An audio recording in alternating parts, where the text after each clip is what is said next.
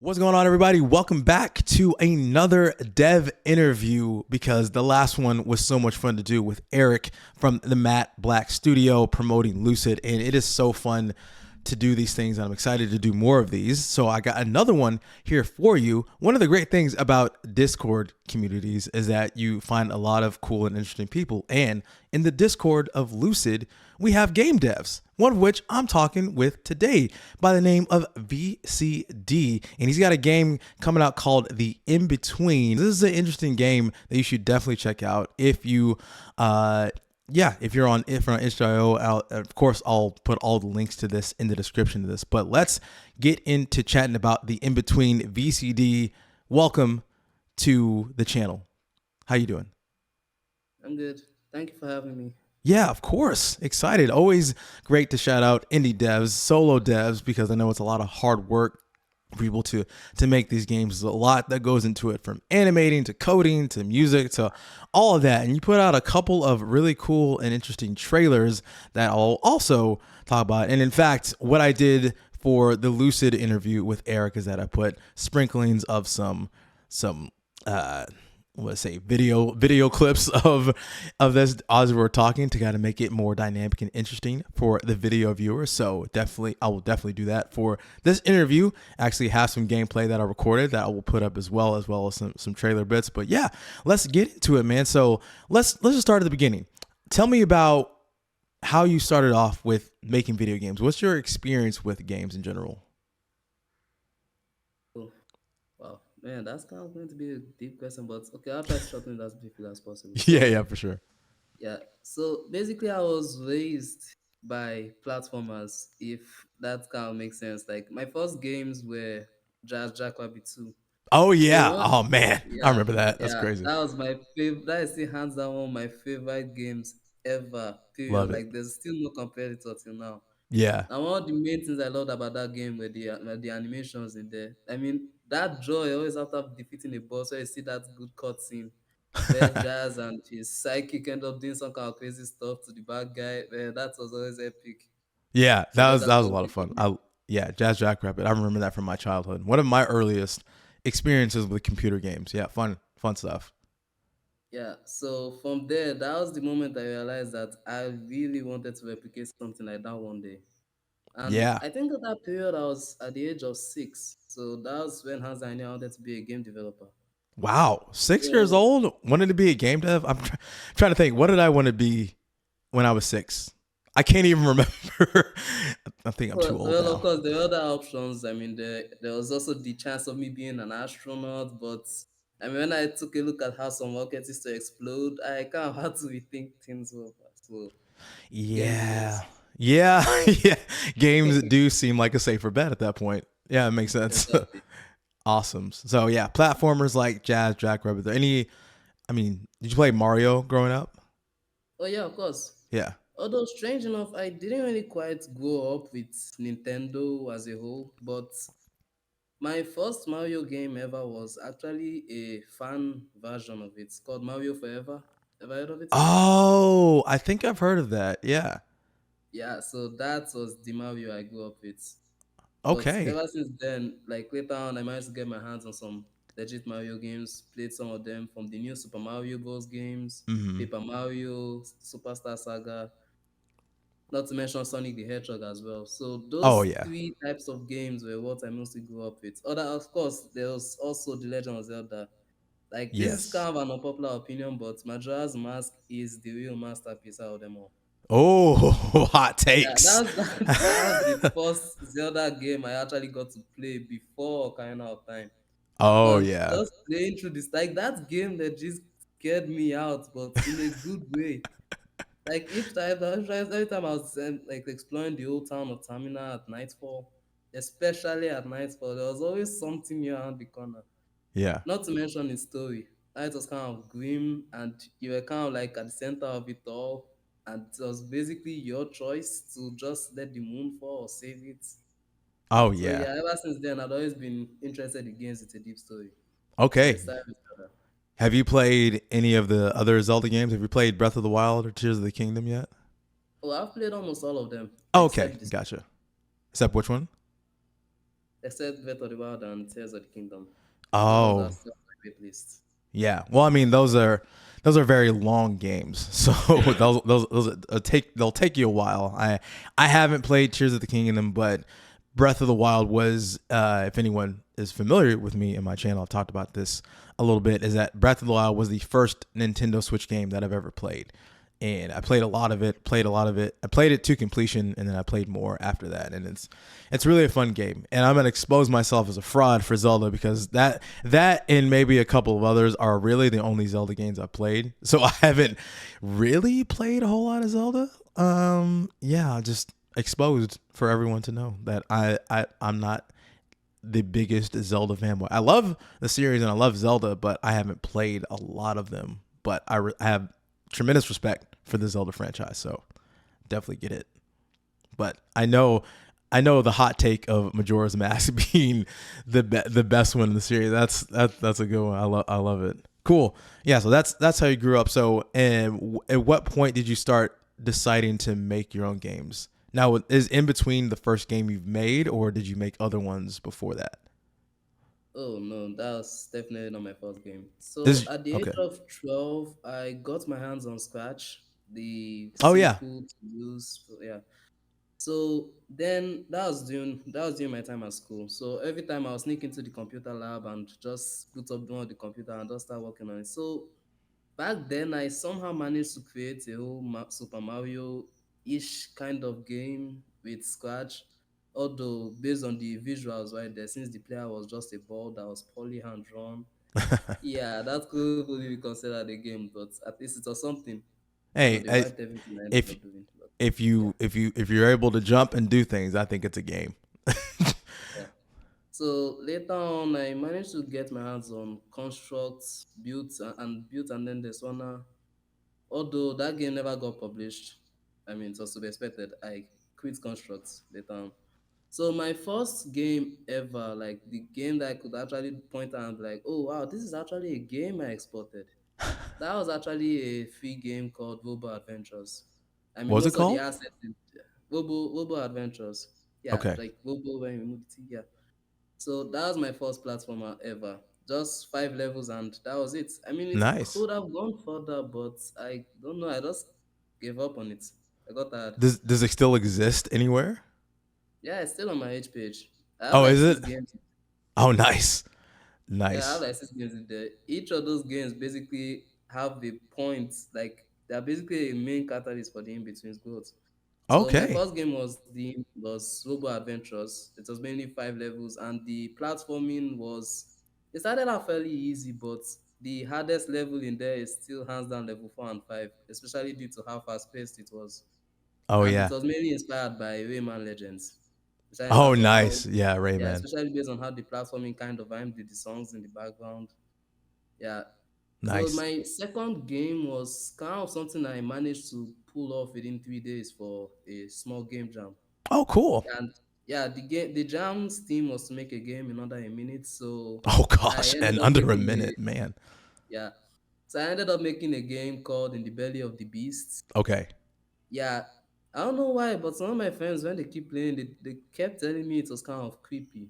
And the gameplay mechanic was still entirely unique. I mean, all you have to do is drag a cursor in the screen, and you have to make sure that that box that you drag around doesn't touch any enemy. And there are some arrows that fly from one end of the screen to the other, and you have to move the box all the way there and press it with either the WSD or the arrow Yeah. key. Yeah, And if I'm you miss and it touches the boundary, you lose. So oh yeah, that man. game can be pretty hard. But once you get into the gameplay, it's also pretty cool. Yeah, And yeah, I'm another new thing, it's kind of vibe to the music. nice. I'm And looking at that your full yeah, and that itch game page. is very, very, very, very important to the in between right now.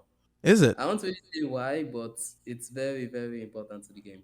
Okay, so the games that you're making are kind of precursors to the in between. I'm looking at your itch page right now, and yeah, looking at Yeah, the billet, I can see why people think this is creepy just based off of the thumbnail for the game because you got yeah, this creepy looking skull, which is it says it's a bullet hell game where you survive for 1 minute. So yeah, kind of makes sense.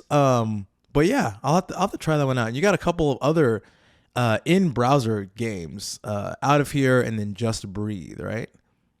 Yeah, so out of here, chapter zero, that was the final piece of the puzzle before I decided to start making the in between. Like, Okay, there was this game jam that the game engine I used, G Develop, was hosting for the very first time. gotcha. So I figured I'll probably like try to do something that could allow me to get used to making a Metroidvania before. Hmm. So I mean, of course, the thing sounded so crazy because nobody has really done Metroidvanias in the community before. So I guess I was like, fine. It was crazy, but crazy enough to work. So I just tried it, and Yeah. I managed to make that Metroidvania within 7 days. I mean, Wow. of course, the gameplay wasn't completely solid because there are a lot of bugs here and there. But overall, one thing that people loved in that game, which is still something I carried on to the in between, was the dash. Like people loved abusing that dash because there was Hey. actually a bug in that particular game that turned into a feature, the hyper dash. If you keep spamming the dash button while you're moving, the speed will end up like multiplying over and over until you collide with a wall Oh my or until you gosh, that by sounds dashing back. amazing. Yeah, so that was also it. Although another thing that they hated was that you couldn't aim diagonally. I had to fix Oh, that. yeah. Yeah, like a good Metroidvania. It kind of reminds me of the Shine Spark from any of the Metro games with that Yeah, dash. Yeah, that's one thing.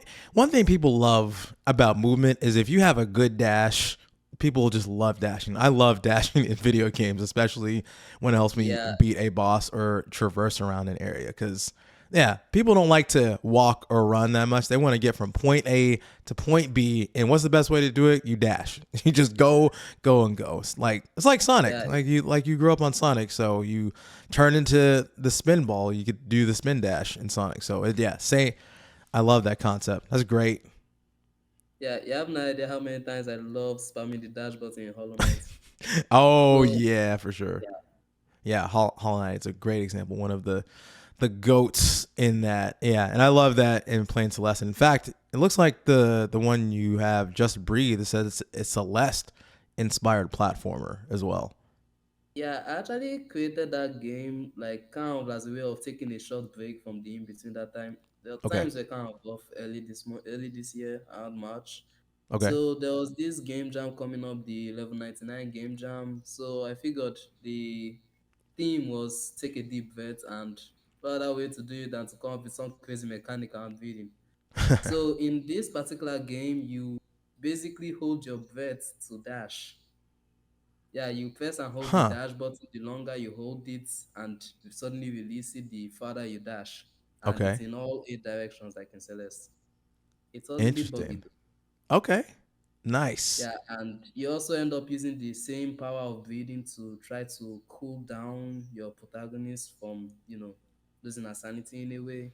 Oh, the Just Yeah, Breathe part. Oh, interesting. That's a cool premise. I'll have to try that one out. yeah, and I'm sure if you end up playing the game, you'll notice that there are a ton of assets in that game that was basically just copy pasted from the in between. Like the whole Okay. world was just basically from assets from the shrine, to say the Nice. least. So yeah, Okay.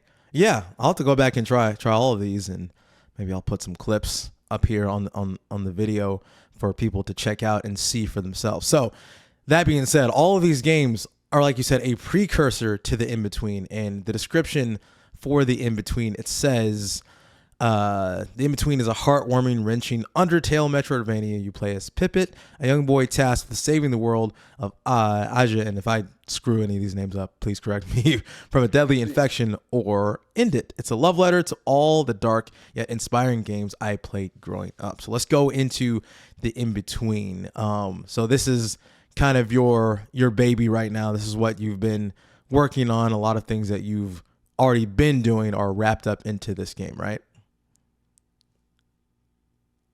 yeah. Right from the concept, I don't know, there was also something about, being in the middle of it all that I wanted to explore. I mean, like you've seen it in most stories out there, good and evil, Yeah. light and dark, fire and ice. Right. So, what about those people that are kind of like stuck in the middle of it all? Or what Huh. about a scenario where you had to choose between, yeah, you see what I did there? Where you had to choose Yeah. between so those themes out there. So, Okay. like, the earliest concept in the that's actually one even a prototype that I actually kind of created. I kind of hid it from my H page, but it was there. The name started out as Between Light and Darkness. Yeah, that was too long. Oh yeah, Like that's that's a long title. It's yeah, like a so JRPG where it's like in between exactly. darkness, the soulless in between. It's like what kind of anime Japanese game is this where it has like a million words in the title? Yeah, and that's prototype I started before I even got my first drawing tablet. So Mm. yeah, the visuals there, I am 200% not proud of that at all. So the moment I actually, like then I was actually still even working out how I was going to get the gameplay right. Like I wanted to try to combine a new theme to the whole Metroidvania genre. So I kind of took some inspiration for something turn based and maybe probably have to do a multiple ending. So a friend of mine, Trevor, actually recommended me to Undertale. Like during that year, I had never Yeah. even heard of Undertale before. And even when I kept hearing about it, the moment I always hear it's turn based, I just ran away. Like that's my biggest weakness. Anything with turn based gameplay, as long as it is not Mario and Luigi Superstar Saga, I quit. Oh, And those, so like, don't get me wrong, I love them for yeah, all like don't get me wrong, turn-based I love them RPGs, for you're out. yeah, yeah, I like don't get me wrong, I actually love them for their story and their length. Like till now, I still give Chrono Trigger a ton of respect, even Yeah. though I've never beaten that game ever. But You I just should love the story. yeah, I you should play Sea of Stars. Been playing that right now and Yeah, I maybe actually by the took a time this look at the video comes trailer. out, maybe by the time this video comes out I will have beaten it, but yeah, Sea of Stars is it's a send up to all of those classic JRPGs, but with some good modern conveniences, so to speak. But yeah, I can understand like if turn based isn't your thing, then yeah, it's hard I saw the to get trailer of into Sea those of games. Stars, and from what I've seen, I actually want to get my hands on it. Who knows? Maybe this is probably like the big way to break into more turn-based games. Maybe. So after I actually got into Undertale, like that was the new bar that I had set for turn-based games. Like if I could find more games like this, I'll definitely want to play it. Not to mention the whole concept of the ending. Like that was almost the final piece of the puzzle. Oh, for sure. Yeah. Yeah, where you actually got placed in between different situations where you're like, how am I going to beat this enemy without actually hurting them? Yeah. Like I accidentally killed like Toria like twice, and that moment actually hit me harder than I had ever thought. Yeah, man, it's Like not mention crazy. the moment Flurry called me out for it. Yeah, I already knew this was something that I did not expect. So I mean, I was wondering, why haven't many games actually tried to do something just like like even though it's not exactly like it, but something similar to it? And as far as I know, other than the dozens of Undertale fan games, which honestly those ones too are basically in the chart level of awesome extra games coming out. Yeah. And other than Delta, like in terms of other games trying something like it, nobody really had. Yeah, so So there's Deltarune and then there's Everhood. Have you tried Everhood yet? not yet. Yeah, Nah, Everhood. That's sitting in my backlog, and I tried a little bit of it, and it kind of goes along the same lines of Undertale, but it's I think if I remember correctly, I have to go back and play it again. But it's more musical based than what Undertale is doing. But it's in the same vein of it's pixelated, but it's got a very interesting story. A lot of choices. I'm butchering because I haven't played that much, but it is in the same realm of like Deltarune and Undertale, so very unique.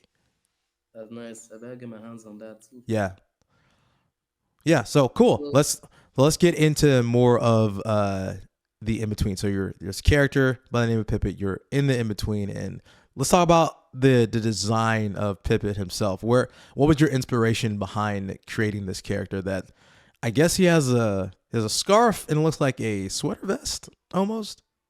yeah. So Okay. ever heard of the game Boktai? Yeah, Boktai, the sun is in your hand. You play it with a solar pack on the Game Boy Advance. Yeah, I don't think I remember. yeah, that was one of Hideo Kojima's games that he made. Okay. And I loved that game. Like I still love it to today. I've not beaten it yet. I kind of lost my save file later on, but Oh man. I love that game. So the main character in that game, Django, actually has that kind of hairstyle, and he also has another thing too. He has the red scarf, a long red scarf, and also a vest. So Okay. I just like the guy's design, so I decided to just copy paste it into PPT. Okay. Cool. Yeah. And the design of everyone has this kind of bluish hue to them, like they have like a blue out, like blue and black. Where what was the inspiration behind like the actual skin tone of everybody? What kind of universe are we dealing with here?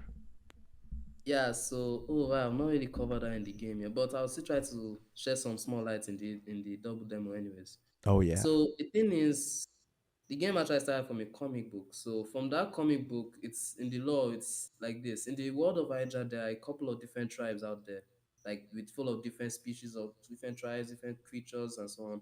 So out of them all, there were three main tribes that had more dominance over them all.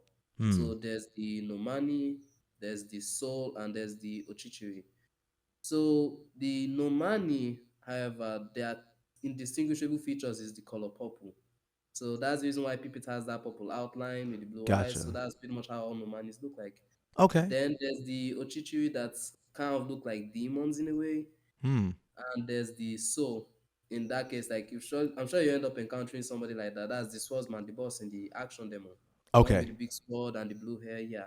Gotcha. So that's just how it is. That's where it all plays out. So Okay. it's basically more or less like down to like I can't really completely review much of it, but it's centered down to the kind of stereotypes among each tribe and the clashes that they've had over resources and power over many, many years. Out of Hmm. them all is the Nomani that suffered the heavy blow from it all. Gotcha. Not to mention when the Ver invasion happened the first time. So that's basically where we're at now. Okay. I still, Okay. I still So can't go too much, but it's still going to be uncovered as you explore the world of Asia. yeah. Okay. Yeah, That's a very deep and interesting lore. Okay. I dig that. And yeah. So the it's world of Asia was basically like if you even look at how I describe it in the description, it's basically an underground world. Like the whole world is literally like a gigantic cave okay. or That gigantic there's your forest. Undertale references right there. It's The- basically underground, but yeah. you've got things like trees and clouds and waterfalls and grass and so on. Yeah, that's cool. And you do meet at least in the beginning of the action demo, and I'm sure there'll be more when your double demo comes out with more of the story. Is that you have some interesting characters. One of the things that I loved, at least the early part of playing this demo is there's a I forget what the character's name, but they're making pancakes, and I love I love the animation of them making pancakes where they're like going crazy with all of the animation. I don't know how long it took you to make that, but that was really impressive to me. I think I Oh talked to yeah, that guy that like, took 8 hours. yeah, like Yeah. it's like an anime character making food. It's kind of nuts, and I loved it. I think I talked to that guy like 3 times, so just so I can see it again.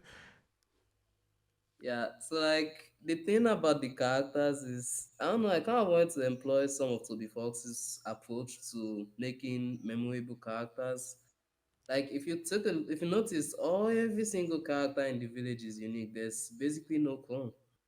So Yeah, that's kind of how I was heading at. I want people to be as attached to that village as possible. Like and it's not for people to just suddenly maybe like wake up in a village and be like, oh, I need to suddenly go somewhere. Like, why would I even want to suddenly go somewhere? So right. I kind of want people to feel a bit more at home with the little things that were available. Like you got the quirky character Dave who created the whole pixel mode. That's Hmm. the Undertale inspired gameplay that is going to Yeah. take part later on. So there's Dave. There you've got the angry guy. You got the one that is a bit more passive. Uh huh. You got the elder that's just staring at the statue of villager at the edge of the cliff. Then you've got the assistant that's still waiting for the elder to stop running around. Then you've got that chill looking guy on that bench, Hmm. you Oh know, yeah, yeah. I surrounded remember that guy. by him. Then you've got the guard blocking the gates, preventing him from entering, unless of course if you find your way out through in true Right. Metroidvania fashion, Right. 6 rooms. Yeah, So I yeah, love that guy on the bench. It was funny. You talk to him. He's like, you could hang out, but you don't have a bench. But if you find one, chill here Yeah, with yeah, me. let's do it. Like, Like that's I mean, cool. we Yeah. end up actually going to sleep later on. Oh yeah. Yeah, that can help with some memory. Yeah, I love it. So that's great that you have such a unique cast of characters, and you want people to feel immersed in this. Is this your town? Is it basically going to be your hub world that you come back to often? Well, in a way, there's not exactly going to be a hub world of any Oh, kind. Like, okay. yeah, in terms of exploration, I'm kind of taking some inspirations from the OE games, like OE and the Blind Forest, Okay, where gotcha. so it may seem like that's where you're supposed to be returning to every now and then, but Hmm. that's the thing. It's more or less you're free. Just go here and there, unlock one new area. Maybe you could come back and probably visit somebody once in a while, maybe Yeah. probably in the second chapter. But other than that, you're just basically free. Just move as much as you can. Yeah. Probably find a shrine or two, level up a bit, find Yeah. some people, choose to kill them or spare them as you please, and see Yeah. how the story Okay. unwinds from there. Man. Well, let's talk about movement since you mentioned movement. There is an array of abilities that you do get in this game. I if anyone has seen the trailers, I've seen a dash. I've seen what looks like a Kamehameha from Dragon Ball Z. This- Yeah, it more sounds. inspired by the Super Hadouken in Oh, anime. yeah. You know what? I thought of that too. I thought of the Shinku Hadouken from Marvel vs. Capcom that Ryu does. Rio does. Yeah. Yeah, I can't even nicknamed it the Hadouken in the animation file. Oh, you Like, did. yeah. I mean, I Hey, was just too lazy naming stuff back then, so I just named it the Hadouken. Like, you know what? that was as far as to go. That's good. Yeah. So let's talk about some of the abilities that you will be getting in this game. Yeah, so there are different skill abilities that's going to be there, but the first thing I actually just do is to kind of see how they would all fit, and maybe they'll just not be there for like some kind of canon fodder. Like, oh, let me just add some abilities to make sure that the team feels fleshed out. Like, no, they all have their own specific reasons. So I basically added so far there's like two or yeah, there's two special attacks and then there's now two special abilities. Okay. Yeah, so in the game there's basically special attacks and abilities. So the special attacks consumes the blue meter on the UI, then the abilities consumes the purple. So right now at the moment there's just two. Maybe Okay. in when the chapter gets complete, there'll probably be like three or four. Then probably Okay. in the second chapter, there'll probably be even more for it to end up using from things like to a spear, to the Hadouken, to the punch barrage, to probably something similar to Katana Zero's mechanics where you aim at an enemy and next thing you know, slice him into two. Nice. That's So that great. kind of thing. Yeah, because I see Then what there's looks like a also spear in some of the animations that I see in your itch page. Well, sorry, what were you gonna say? oh yeah, so basically some of the abilities in there, like there's just not really much for now, but there's surely going to be an array of them. Yeah, That's that's great. Yeah, that dash. Before we started recording, I was talking about that dash and how amazing it is. One of the more unique things that I didn't realize that I needed, and now I need this in every game that has a dash, is that the fact that you can't just, you're not only able to dash left and right, horizontally, but also able to dash vertically, so straight up and down. And I think it's been a while since I like seeing it, like being able to do a dash in a game where I can just dash literally straight upward. I know most games you can do more like a diagonal dash, but just like an actual dash straight upward and then do it multiple times. So I thought that was really cool and unique to do. yeah, like there were a lot of debates about the dash ability. Like I legit spent 3 months prototyping just only the dash. Like of course the dash will probably be affected by gravity, but along the way it kind of felt a bit uncomfortable. Especially since you Mm, couldn't really dash further up. So yeah, I figured I'll just probably make things more stiff when you are dashing. Like you can't really have that much freedom when dashing until you are actually done. yeah, But one thing I decided to just allow some leeway for was the ability to like suddenly dash backwards while you're moving. That way mm, it won't seem like you're just suddenly going all the way to the end. And yeah, that ended up resulting in another bug that ended up being a feature. That's the ability to dash 3 times in a row. yeah. I Like love it. just pick up from the floor, you could dash, dash, dash, and suddenly just dash upwards like twice again, or up, right, down, up, left. and maybe up again, as we saw in the trailer. Hmm. So Yeah, I figured maybe it would be best if I just stuck with it. And not to mention, the triple dash would have actually been useless, but yeah, I've already found some new uses for it. that's So great. definitely have its a ton of use.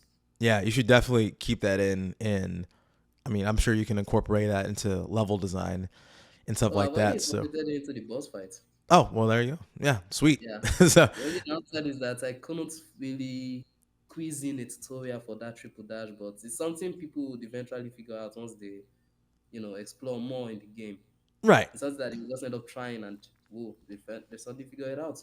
Yeah, this is like any good Metroidvania. As you gain more abilities, you learn about them. You learn how to move around. You learn how to use your abilities to their fullest extent. And yeah, that's again, that's what I love about the appeal of these types of games, where you get your skills, you get how to use them, and then eventually you develop a mastery over them as you continually explore, continually fight enemies and bosses. And it's a great time overall. I love a good challenge. I love exploration and love a good story, all of it. The music in this I thought was interesting. What talk to me about the music. What kind of aesthetic that are you going for with the music? Right. So in terms of music, well, there was one thing I just had to keep at the back of my hand, at the back of my head. Mm-hmm. I'm not Toby Fox. Like that was just the straight thing I had to just tell myself. So I figured since I can't try to just suddenly replicate Undertale's type of music, I guess I'll just try to do things my own way and see how it goes. So personally, I'm a huge fan of retro wave or synthwave at best, Yeah. Okay. even though I'm not really good at making those type of music. So I figured I'll just try to replicate something like that in a way, in a fashion that's probably inspired by Stranger Things. Oh yes, very great. So That that's '80s synthwave aesthetic. Love it. So that's why pretty much all the songs in there incorporate some form of synthwave for the melodies and also for the beats.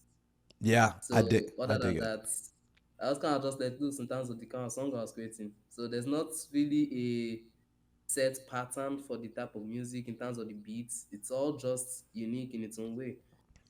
Of Yeah, course, I did get some help from people that were used to music in fixing some of the issues, so it wouldn't seem too repetitive or dull. But that's how it went. yeah. There's a track that I remember and going into the dungeon to get the dash, and it had a very cool piano riff that was going on that kind of built upon itself. Oh Um, yeah, that was that was actually my third. Was it my fourth attempt at ever making music oh, ever? really? Like that time I was still using SoundCloud for most of the songs. So that particular one, I was just kind of just mashing some tracks that I like this piano sound. Let me just add it here. Yeah, I think it needs beat, so let me just add it in there and just added and just pan them out. And I guess it just fits. Like I yeah, didn't even know whether or not that song would be used for the level. I was like, okay, let me just try this song. And next thing you know, the thing kind of just fit into the level. I mean, with the way some of the traps were kind of going in a timed order, mm-hmm. like no matter how you die, like if you fail, you end up starting at a checkpoint at the beginning, but nothing ever seems to go off beat. It's a kind of just in tune with the music. So I guess I decided just let the song stay. Yeah. That's good. You should definitely. Until now, I still do not have a name for that song. Like that's technically the name. The name of the song is Untitled Song. It doesn't Yeah, have a title. I guess you could name it after the dungeon that you're in. I guess if I you're guess. wanting to be more unique with that, so I think that would be a good idea. Perhaps I Yeah. don't know. But yeah, it's cool, man. I'm digging everything about it. Let's see. We got music. We talked about characters. We talked about all of the cool abilities. And so, where are you at right now on the game? So there is a demo. Like I think I mentioned this at the beginning, but there is a demo available right now on your itch page. And just recently, you put out a video about the double demo that will be coming out soon. So, what are the differences between the demo that is available right now and then the demo that is going to come out at some point? Yeah. So basically, the current version of the demo that is out there on H is the double demo. Just the only problem is that the story mode, like the double demo, is basically split into two parts: one for action and one basically for the story. Okay. So if you are just going in for just okay, I just want to go in, see how the platforming works, I want to see how the turn-based battle works and I don't see how the boss fight works, just go straight to the action. Don't Hmm. be stopped by any sudden dialogue. No, or you just get us some signs and then you're on your way. Oh, Then if you nice. want to see how the story actually has some more emotional weight, like why Pipit is actually doing what it's doing, since basically you're the one controlling, why you would really want to do what you want to do in the story, like Mm. how you really want to end everything or save everyone. That's where the story demo comes in. So the story is basically like the game's prologue. Although currently the version that is available on Edge, the story demo is still like 60% incomplete, Okay. and the remaining 40% is very, very crucial. So that's all the more reason why there's a warning on my Edge page right now telling people that the story demo there is incomplete, so just play at your own risk. Yeah, I Yeah, do. so I I'm do see that. basically urging everyone to just try out the action demo and just leave themselves in the dark for the story mode, No, unless that's if they are great. curiosity. Keep But then people again, they still wanting. not to do everything.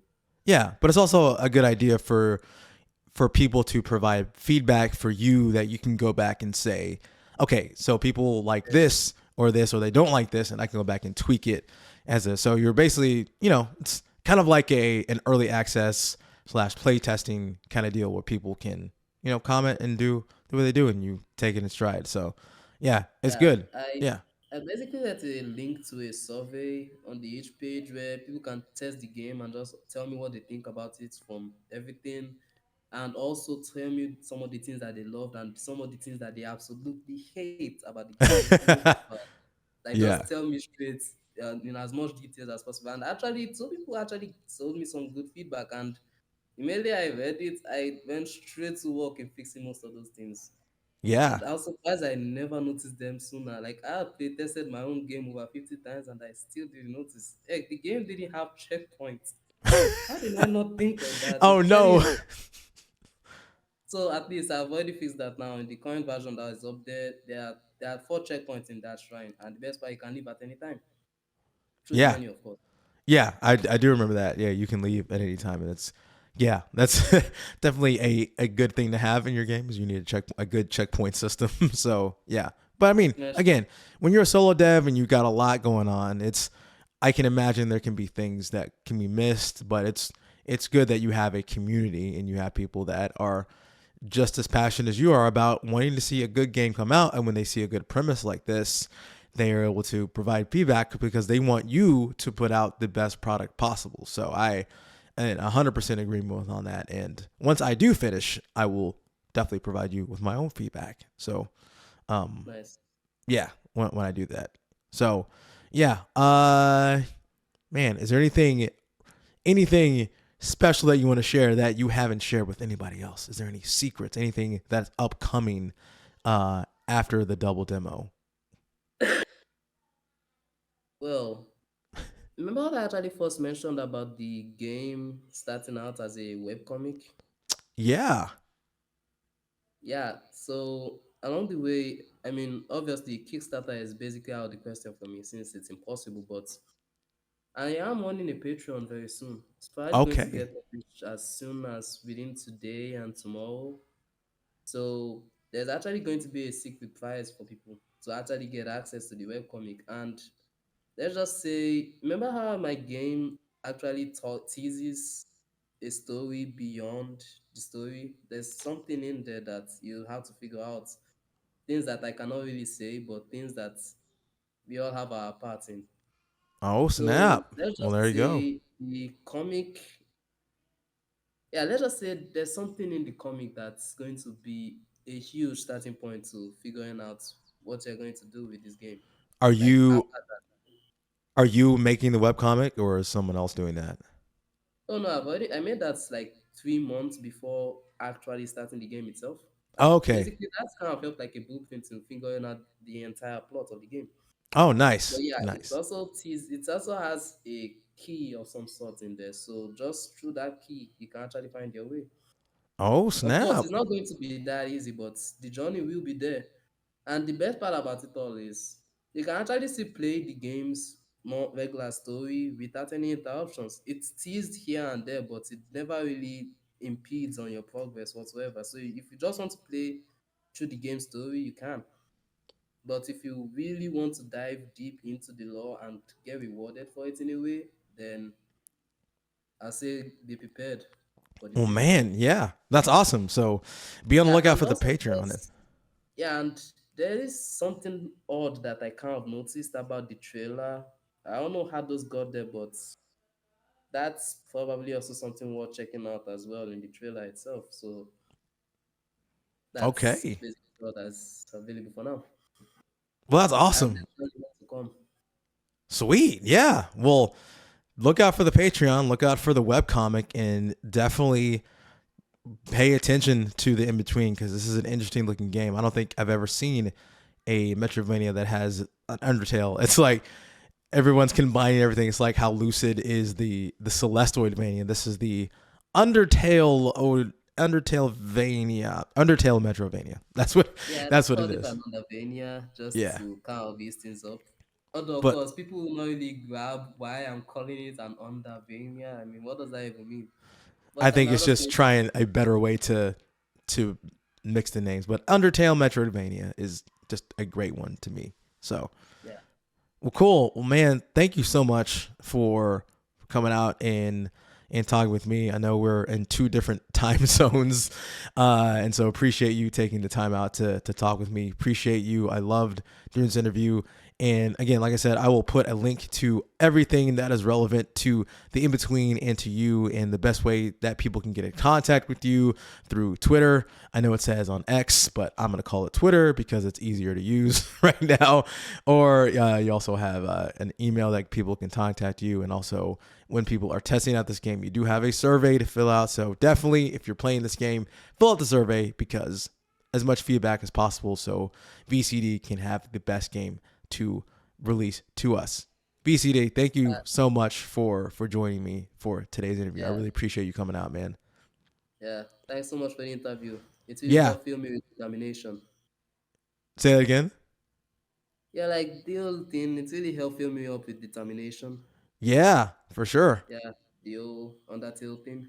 Yeah, for sure, man. Yeah, I love it. I love it. Well, thank you so much again. Thank y'all so much for watching this video and this interview. And if you are an indie dev of any sort, and if you want to get interviewed by me, if you want to see my smiling face interview you, let me know. Feel free to reach out to me anytime on the Twitter or on email or on my YouTube channel in the comments. And definitely be sure to like, share, and subscribe to the channel for more videos like these. Appreciate you so much, and I will talk to you next time. Bye.